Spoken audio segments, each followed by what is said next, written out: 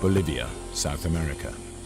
In November 1981, 3 backpackers traveled to the remote outpost of Asriamis in the Amazonian jungle.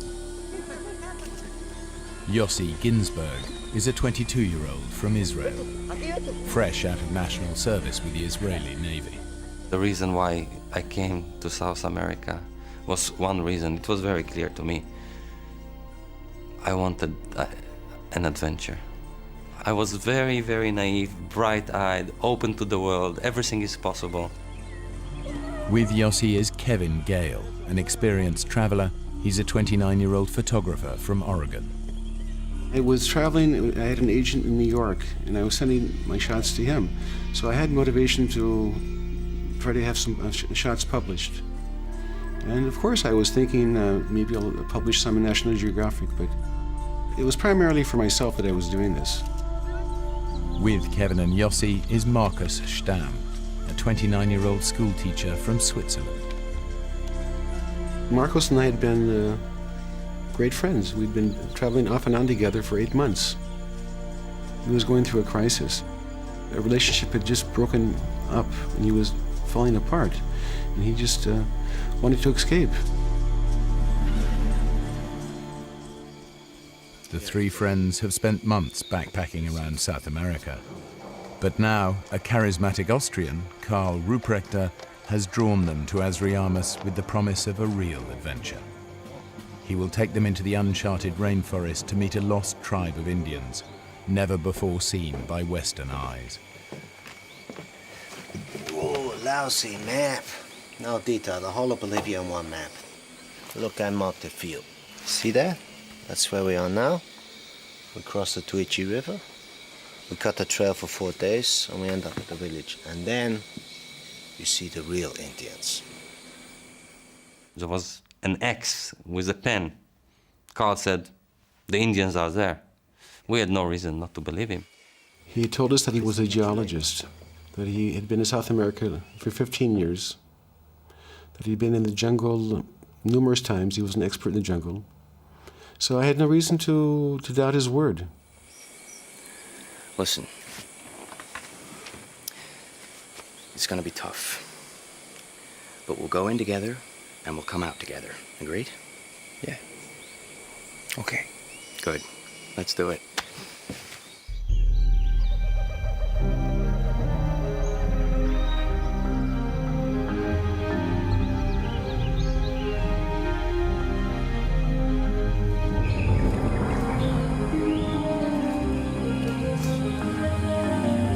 Guys. As we set off from Asariamas, we started seeing, like things were changing, and we weren't exactly the same people already. And I think the reason for it was that we knew we're leaving civilization behind, and this is it, just the 4 of us.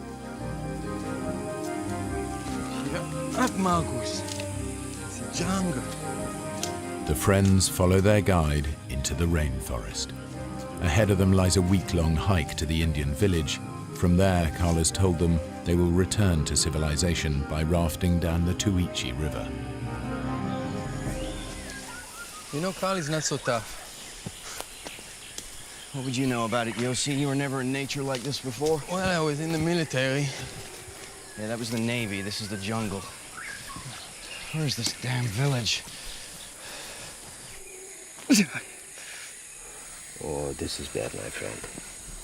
This, you gotta be careful with this. You see the saws? They will all open up to get in the end, then you got no skin left. And your feet are kaput. Guys, I'm sorry. He said it's tremendous pain.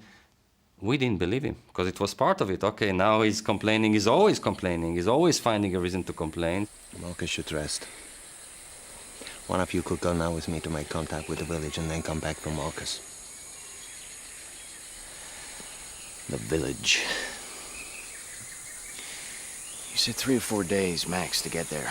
It's been more than a week now. Marcus could be here for days. Hey, you don't believe me? You think I don't know where it is, huh? Nobody's leaving anybody behind. So, what do we do, huh? It wasn't fair to Marcos to continue. I wanted to continue. If Marcos hadn't been there, I would have continued. It wouldn't, there's no question about that. We should go back down to the river. We should build the raft now. Marcus can take it easy on the raft. What do you know about the river? I know the river is back that way. Ah, screw it. It's your choice.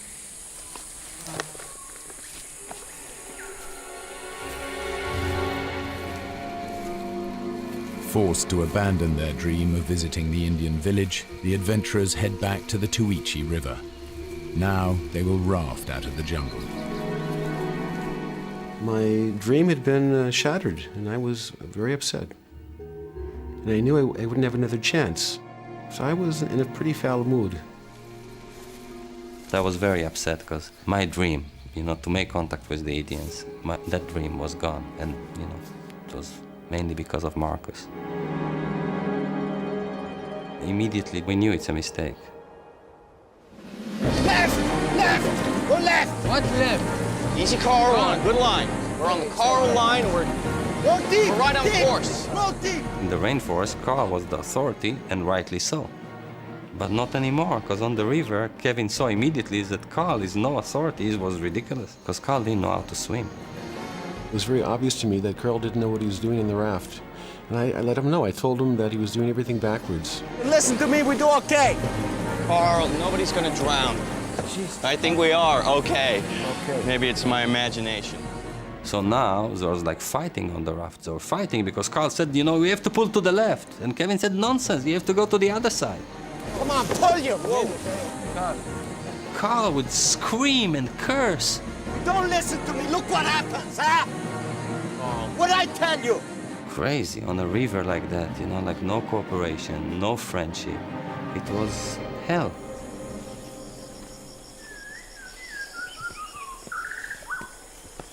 We're pretty close to the canyon. Huh? I told you. You gotta forget the raft now. Look, we are here. Almost the Cape Down River. It's the Malpaso San Pedro Falls. It should take little more than a week for Carl and Marcus to hike out to the nearest village. But now Yossi and Kevin face the dangers of the river alone. Kevin and I went into full excitement into let's the adventure begin. A new chapter, no more 4 people. Kevin became the authority and I accepted his authority. I guess part of it was an issue of age, but other part was that I didn't know rivers. All right, get it dead straight. Go. Keeping time with my rhythm. Almost immediately, we entered a series of roller coaster waves. Hard your side. It was a different river.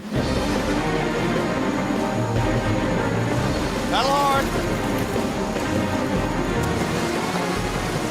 It's becoming much more intense. Like the river is getting narrow, the water swifter.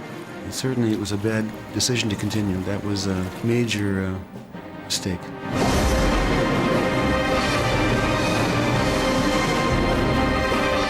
We're just shooting straight into white water.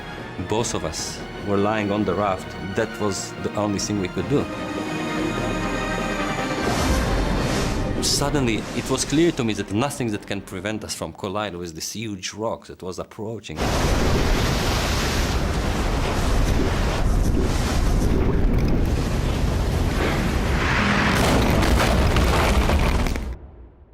And that's what happened. We hit the rock.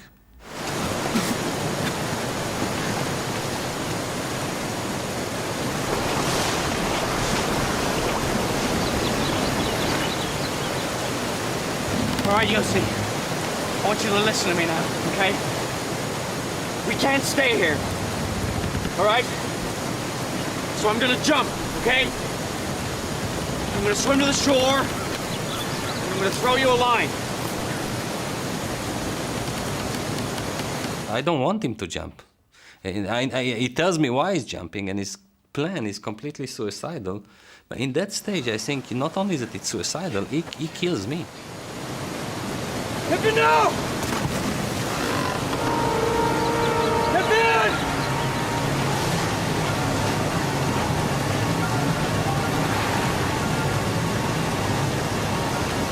Kevin!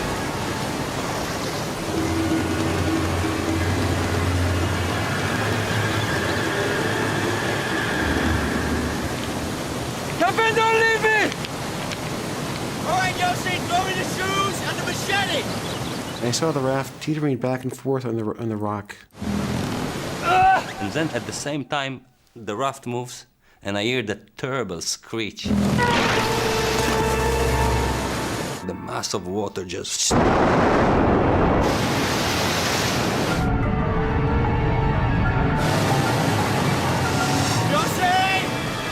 Yossi, hold on! He entered the rapids, and I saw him go through 2 or 3 rapids, a couple drops, and around the bend he went, and I didn't see him again.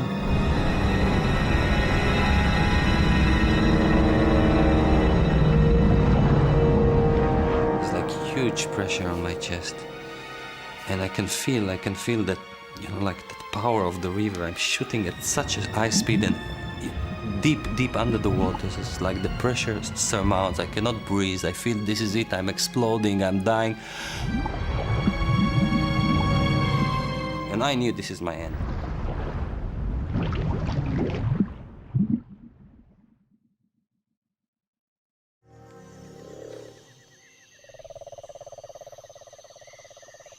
That night, the fear was so big that every minute, every little thing I'll hear, I'll just jump and I'll start looking around to make sure there's no animal coming.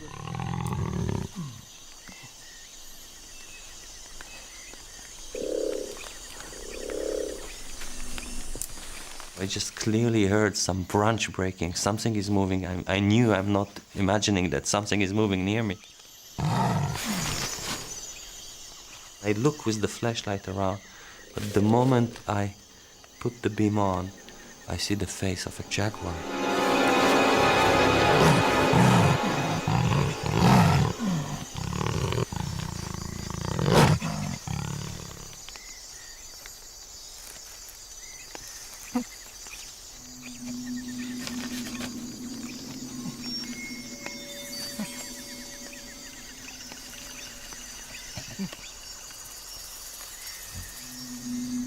I had a cigarette lighter and I had a can of repellent.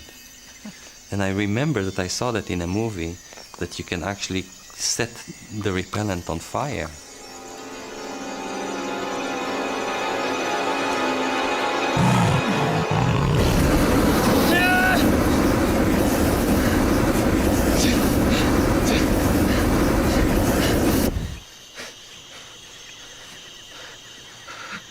The flame died, and there was no jaguar. You know, like I managed to scare him.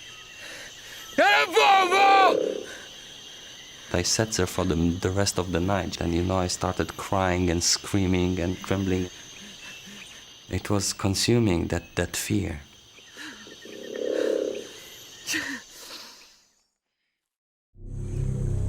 After hours on the river, Kevin's condition is critical. He's barely conscious and has no idea if he has passed San Jose or not.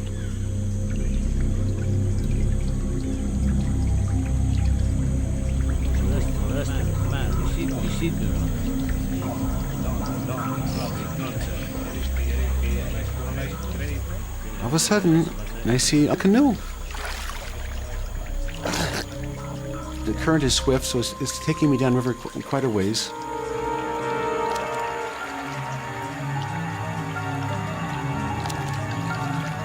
And then finally, they turned their heads and they began waving their arms. Like this, like downriver, downriver. So I let go of the branch I'd been holding on to, and I began swimming towards the shore. Cool playa.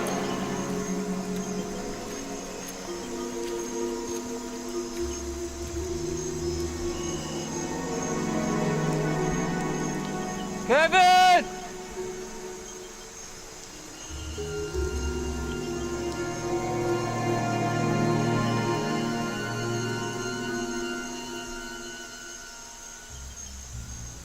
I was so hurt. The disease on my feet, this fungus, reached my hands as well, and my hands were raw as well. And I felt that Not only the pains, it was so excruciating, but I actually remembered how Marco said that, and I remember that I actually didn't believe him, and I thought that he's a wimp. And for a second I was thinking that maybe what has happened to me was directly related to the way I behaved to him, to my friend.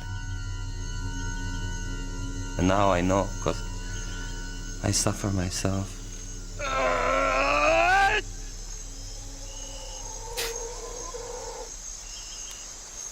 Yossi has no choice but to press on and hope he can make it to San Jose.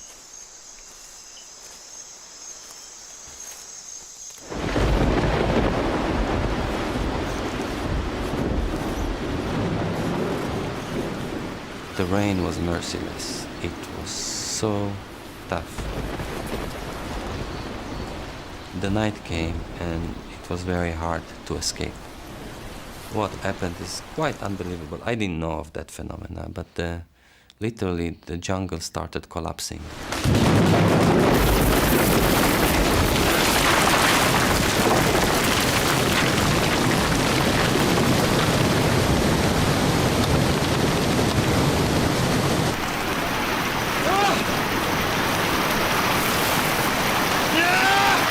It took me seconds to understand, but by the time I understood, it was too late.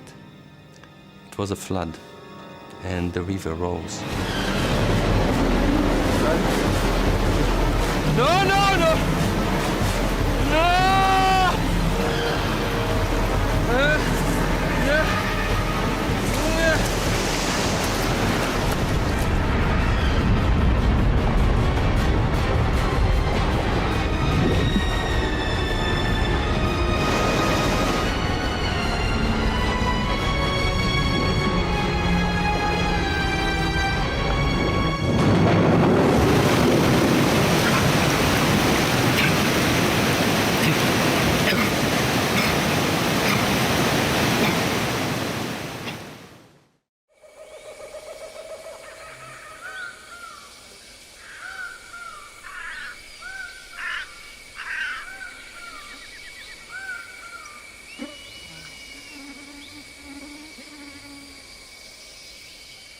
Something bit me. It was a strong bite, and I can feel it's like a termite, an ant, and then another bite, and then another bite, and then I attracted a nest of termites.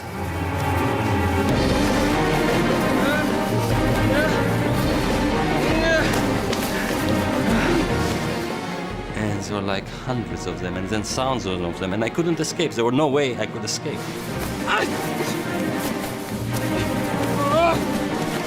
But the worst horror was the ray of light hitting a red carpet, you know, like everything around me.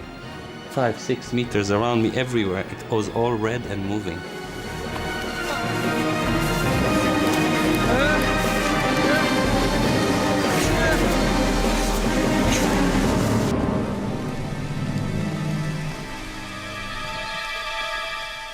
My body was like a colander. There was no place in my body that wasn't bleeding. And I just had to escape now. And I stood on my feet and I kept on walking.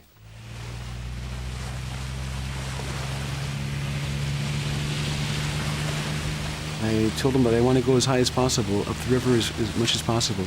Just kept going up and up and up. I didn't want to stop.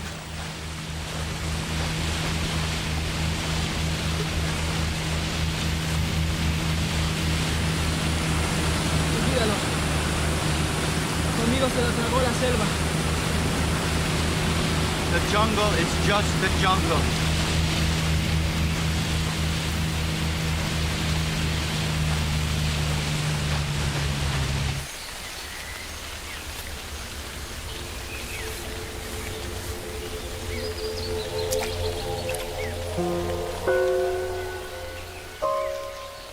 On my knees, on my elbows, I'm crawling.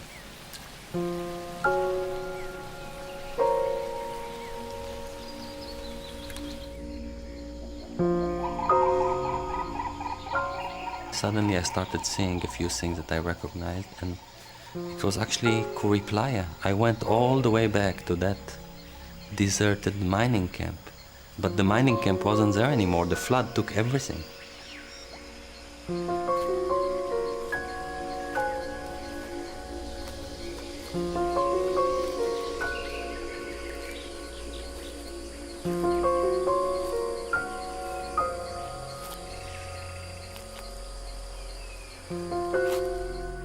My feet weren't feet anymore. They were like two lumps, two chunks of blood and pus. I gave up. I prayed to God, just allow me to die. All I want is to rest. Let me die.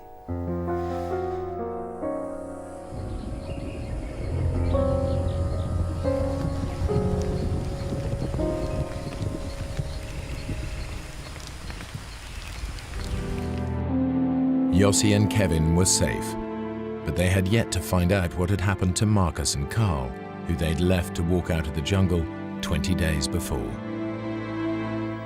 It was a shock to us to discover that there was no trace of Marcus or Carl. Of course, when I realized that Marcus was lost in the jungle, it was a very heavy feeling. Kevin went back into the rainforest immediately to search for them, and he couldn't find anything, any sign, any track. It just evaporated. The Bolivian army also mounted a search and discovered that the Indian village that Carl had marked on the map did not exist. They told me that Carl had a history of taking people into the jungle and leaving them. It happened more than once. They were very, very familiar with Carl, and they said he's a troublemaker, and he found refuge here in Bolivia. And I was shocked. Over the following years, both Kevin and Yossi mounted searches for Marcus, but no sign of him was ever found. I don't feel guilt about not taking Marcus with us. Then and even now, I feel that it was the right decision not to allow him to come. But I always thought then, and I probably do occasionally now, that if I would have gone back with Carl and Marcos, if we would have gone back together, that it would have ended differently. It was a life and death issue, and we decided for him that he should go out. Yeah, we did think, both Kevin and I, we were thinking that what we are doing is more dangerous. If this is an excuse, we were thinking that. Still, we made that decision for him, and he never came back. North Mozambique, 1995.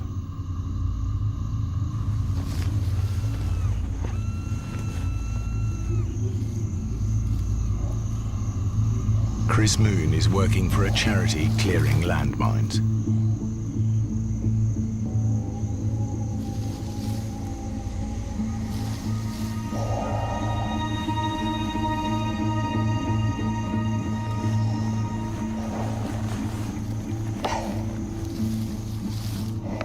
I was walking in a cleared area, 7th of March 1995.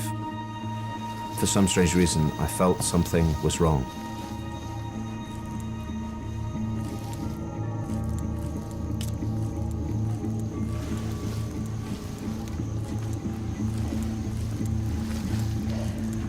I turned. I took 3 paces and then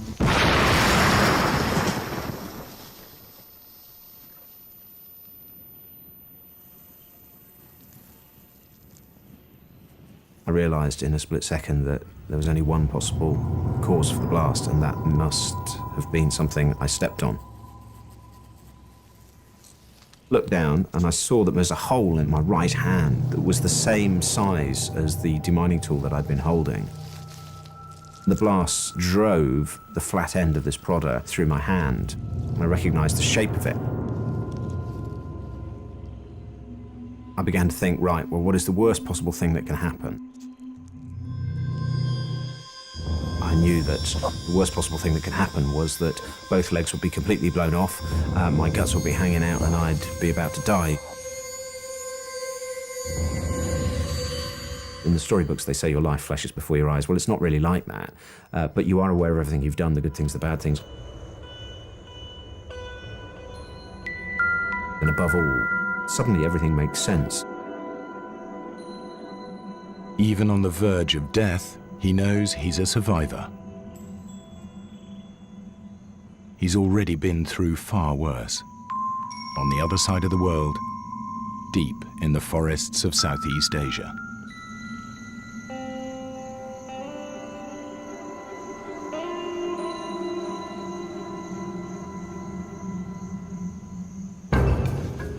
Two years earlier, after leaving the army, Chris Moon traveled to Cambodia.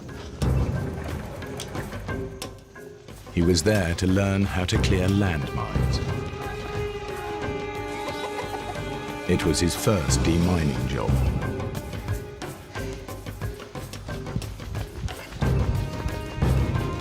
The whole Cambodian landscape was riddled with landmines, the deadly legacy of civil war. 6 to 10 million mines scattered across the country. In roads, fields, even school playgrounds. The problem with landmines is that once the fighting stops, these things are killing and maiming people for decades afterwards. Chris and his team started working in a small village in a safe but remote area. We were working all together in Posat province for mine clearance. My job as his interpreter. Mine clearance is relatively straightforward.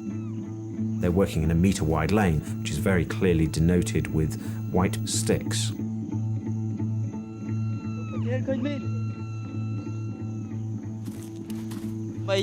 If it's a landmine, place an explosive charge next to it and destroy it. Controlled explosion ready.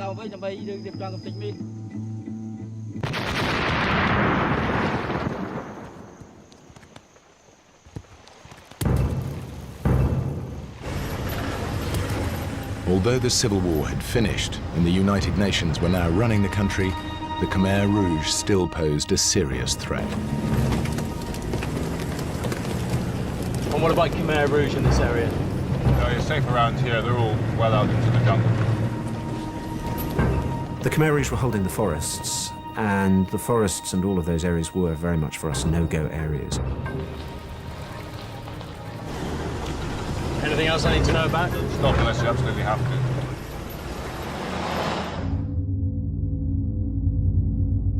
The Khmer Rouge committed widespread atrocities throughout the country. As many as 2 million people died, perhaps a quarter of the population. They brutally tortured many thousands. In modern history, perhaps the killing fields of Cambodia are unparalleled.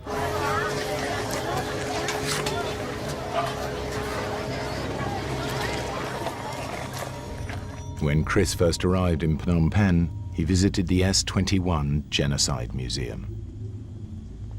Previously a school, the Khmer Rouge had used it to hold prisoners before execution and to torture them.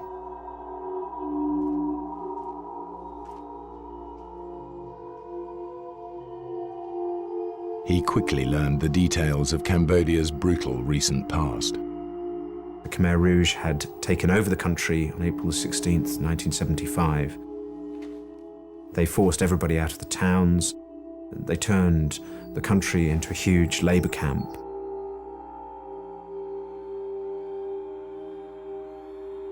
Anybody associated with the previous regime was tortured and executed.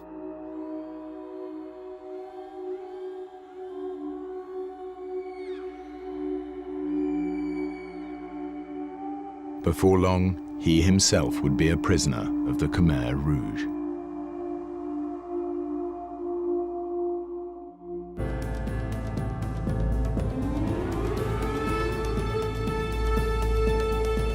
It's 1993. Chris Moon is in Cambodia clearing landmines. He's been told the area where he's working is relatively safe. As far as anyone knows, the Khmer Rouge are some distance away. The United Nations People locally to us had told us that they had been way beyond the point at which we were clearing. There were no troops near us for about 70 kilometres. So the small village that we were working in was quite safe. On our truck, we were taking some women and children from the village down to Cravan, the small town. In my Land Rover, I had about 6 of my blokes. They were in the back.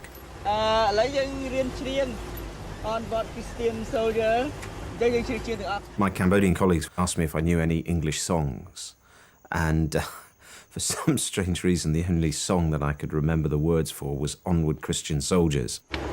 Okay, and onward Christian soldiers.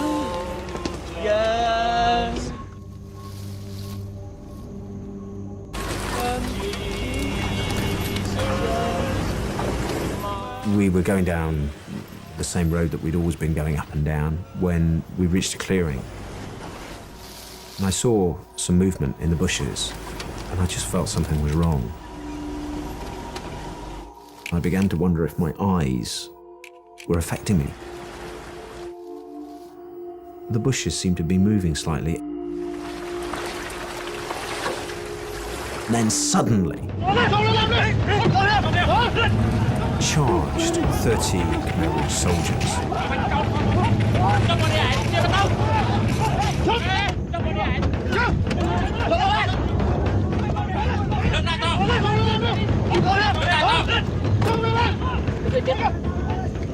kept thinking, what am I going to do? What am I going to do? I have to do something. There's nothing I can do except choose my attitude. I feel very scared at that time. Stand still. When the Khmer Rouge kidnap anybody, Psychologically, it's going to be far better if I make him send one of his men in to get wet. What I need to do is create some sort of a relationship with them in which they respect me. The commander would be very unlikely himself to walk through. He'd get one of his guys to do it. This river marks the unofficial boundary between government and Khmer Rouge territory. The recent heavy monsoon rain has made it virtually impossible to cross. No, it is too deep for the Land Rover. We cannot go across. For the first time that day, I feel good because I'm calling the shots. I'm saying no. I am now in control.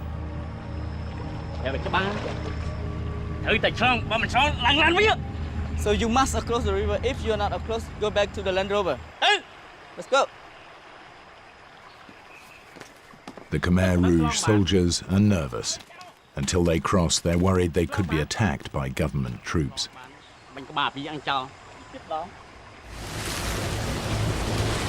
We get into the middle of this fast-flowing stream at 2'6" of water, and I have a few anxious moments as I see the water starting to come under the doors.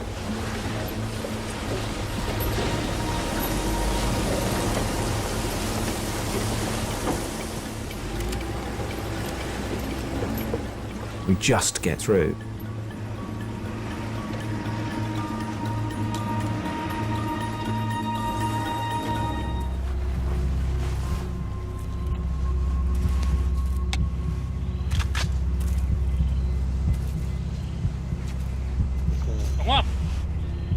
Don't look at them.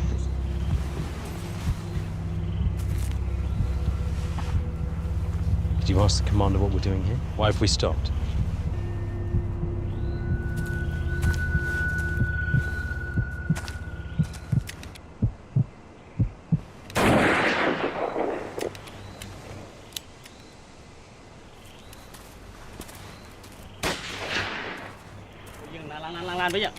I know by now that we must be deep into their territory.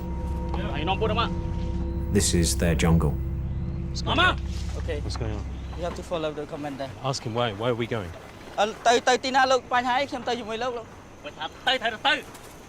Don't talk too much.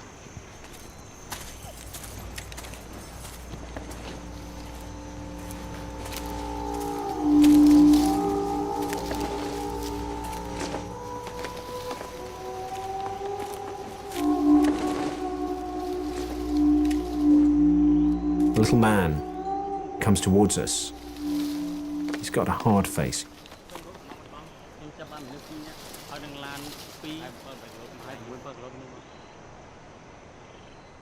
And he's got this strange little brown trilby hat on his head. That tells me he's an important man.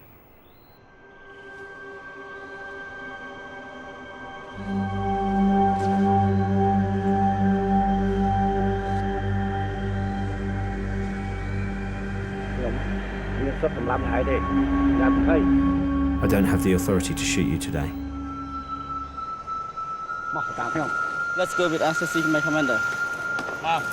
Let's go. Chris is now the prisoner and property of a second Khmer Rouge commander. At last they approach the heart of darkness, a Khmer Rouge base deep in the jungle.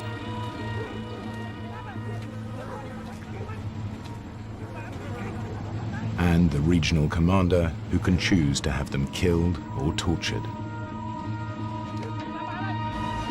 Deep down inside, I begin to think maybe there is no hope. And that's when I have to banish the demons.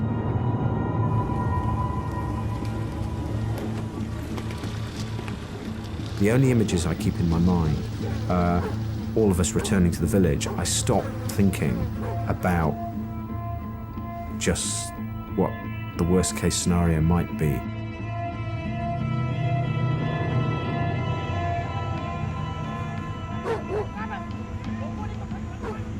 My imagination keeps leaping off. All the time I have this dread, and if I focused on it, what I'd be thinking of is all the horrible stories about them torturing people. I think about what I need to do when I meet this commander to communicate with him. That is all that I allow myself to think about. If I start to think about my fear, it's opening the floodgates. So all of the time, it is about controlling the way that you think.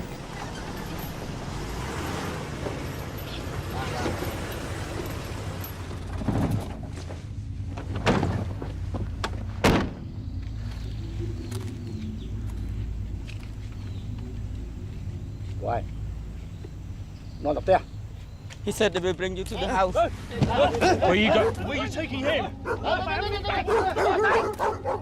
The Khmer Rouge, when they want to kill, firstly, they separate, and then they can't kill quite early. They've separated me from Pern.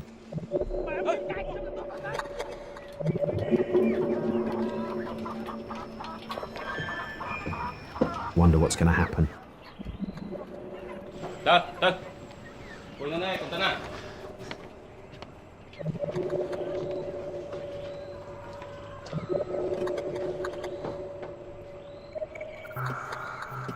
All of the time, I'm telling myself not to focus on stories that I've heard of people being tortured.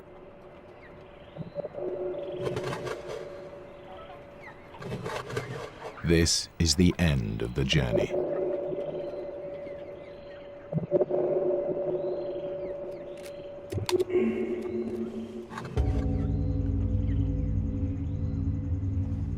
Now Chris comes face to face with the one man with absolute authority to decide their fate.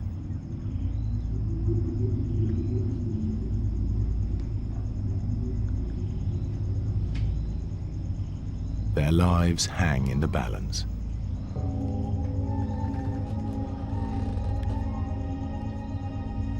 Speak Khmer? No. Speak Thailand? No.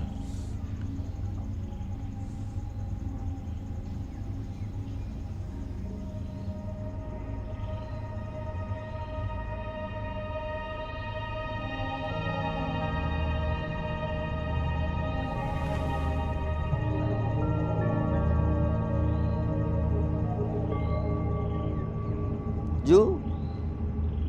មកកម្ពុជាទៅអី? I don't understand what you're saying. I've been here for 6 weeks. Min. Ah. Yes. Yes. Ah. Yes. Go Cambodia. In Cambodia? Yeah. 6 yeah. weeks 6 weeks. in Six. in Cambodia. In Cambodia. Your name? Nam. Name. Clever. Clever. Yeah. Clever. Yeah. Chris. Clever. Mr. Clever, he's got a sparkle in his eye. There's an element of some humanity there, which I find immensely cheering. United Kingdom. 1, 2, 3, 4, 5, 6. England. Clever. Clever. Yeah.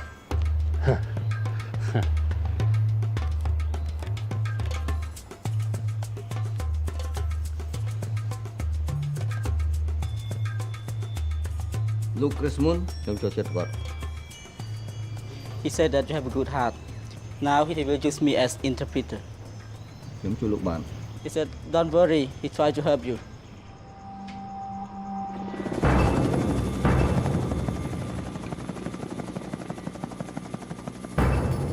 And then I see a tiny dot of a helicopter. Go, he said, go. A United Nations helicopter has been searching the jungle for them. I think it's seen us. On track! No threat! All friendliness is gone. It's not armed! Mr. Rouge, tell the commander it's not armed! There is no threat! It's not armed! Suddenly, No! Stop shooting!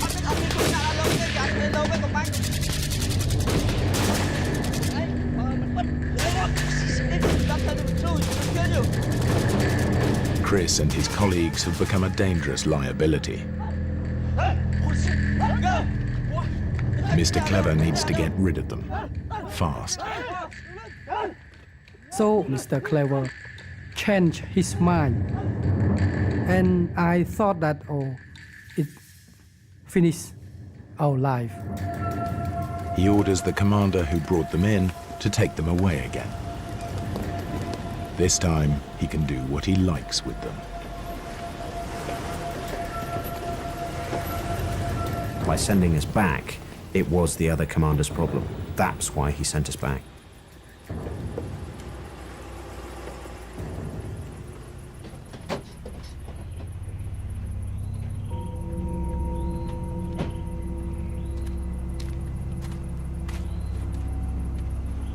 But when they reach his base, they get an extraordinary surprise. Hello? He said now he let us free to go. He sets them free and grants them safe passage for a day. We're free. We're going back.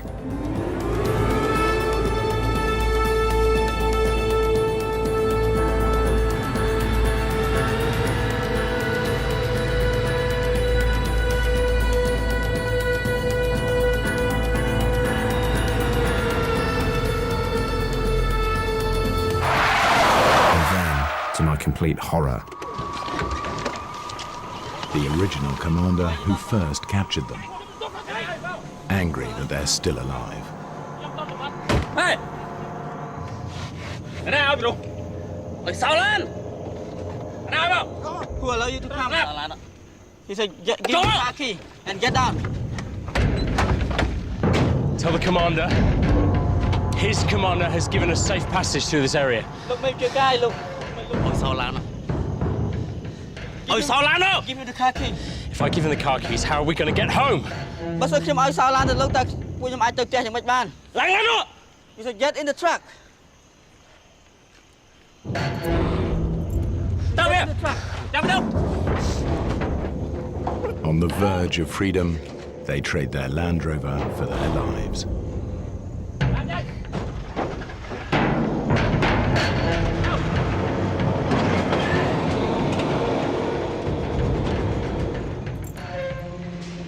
Chris and his companions are being driven out of Khmer Rouge territory on an old logging truck. with 2 boy soldiers guarding them.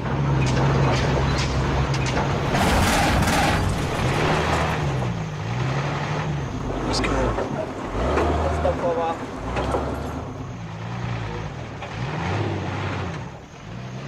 They only have safe passage for 1 day. If they haven't made it home by then, all bets are off. They must get out of the forest.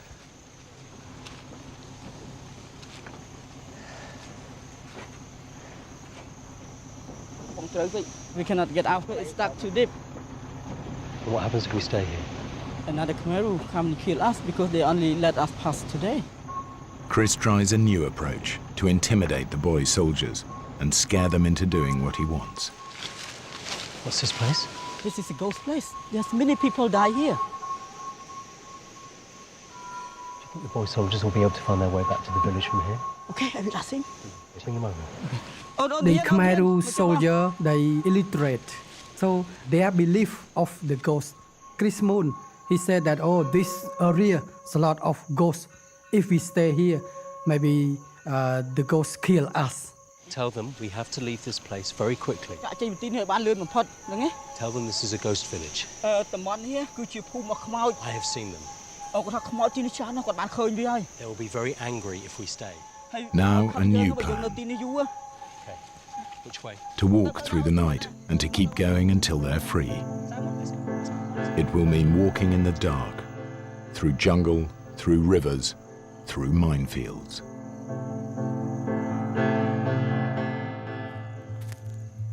Chris Moon and his companions must get out of the jungle. It's now their 3rd night in Khmer Rouge territory, and Chris is determined it'll be the last. We're walking for our lives. We have to be out of there by daybreak.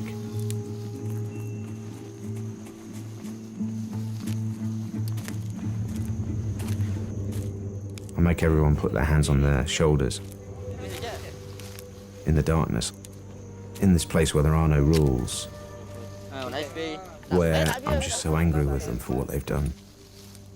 I have to confront the fact that what I hated in Khmer Rouge might also be in me too. Because I have a very wicked thought. Maybe I should kill the boy soldier. I've even got my hand on his neck. I could snap his neck like a pigeon. And then I've got the weapon to get the other one when we emerge out into the night.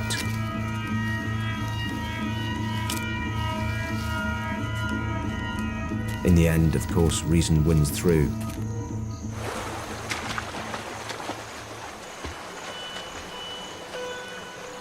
We walk almost the whole night.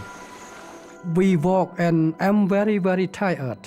Sometimes I could not walk properly. But Chris, he's still strong.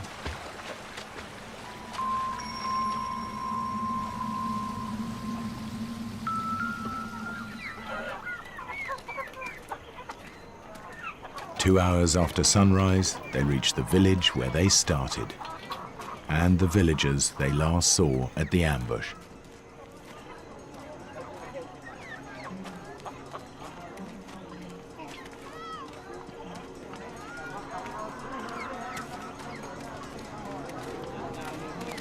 When we arrived to the village where we demining there, many people were very happy and come and congratulate us.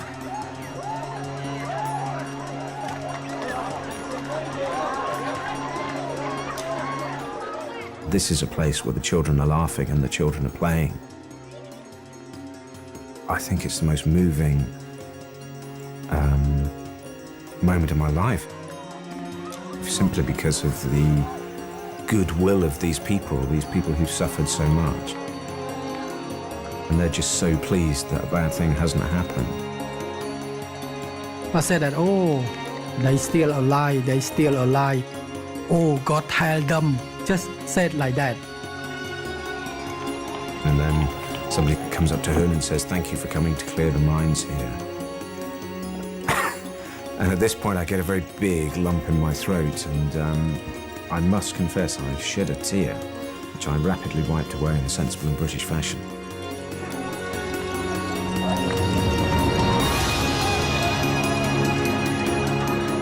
released on Sunday. We were back working again the Monday.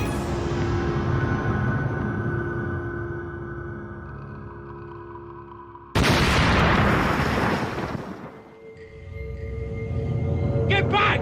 No one in the safety lane! Get onto US aid!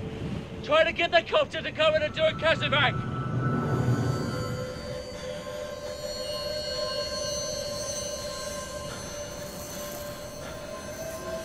I look down. I see that my lower left leg is still there. It's a bit burned. But my lower right leg has been completely blown off.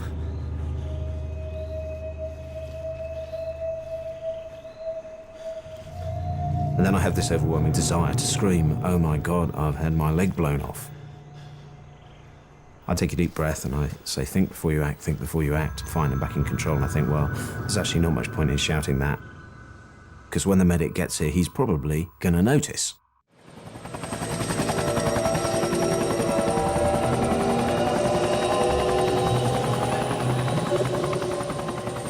People talk a lot about the survival mechanism, that your survival mechanism kicks in. Well, that wasn't the way it was. After a while, when the pain starts to hit you, I think it reaches a stage where it is so bad that you actually want to die. You would rather give up and pretend it wasn't happening. The battle in the helicopter is not to go to sleep. It was easier to go to sleep, to pretend it wasn't happening, to turn over and just fade out. And dying is definitely, in those circumstances, the attractive option. It's easier to die. Leo had gone into shock. I desperately needed fluid. The medic was struggling to get the drip lines into me. I had to get some fluid in. I decided that I would drink my drips.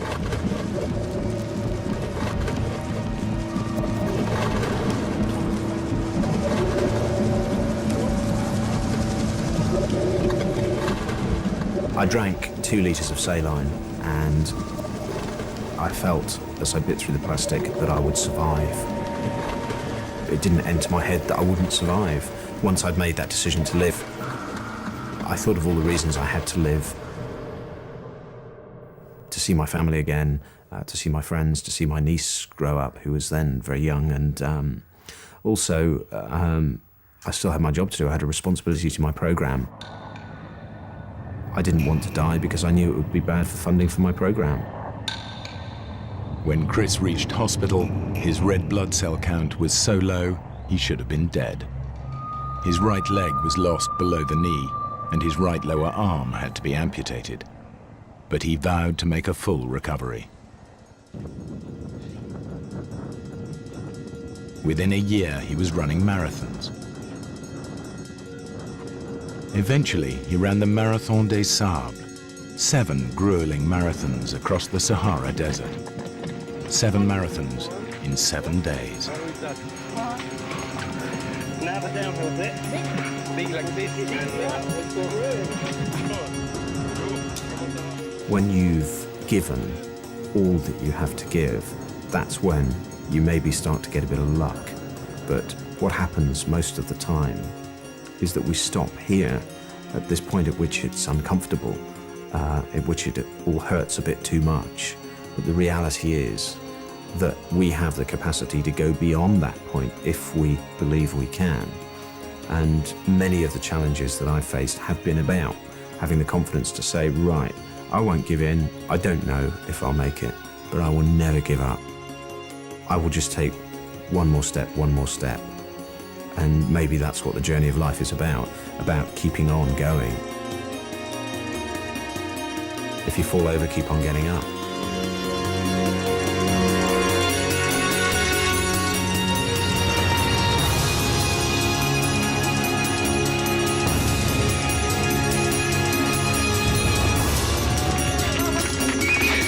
It's good to be here.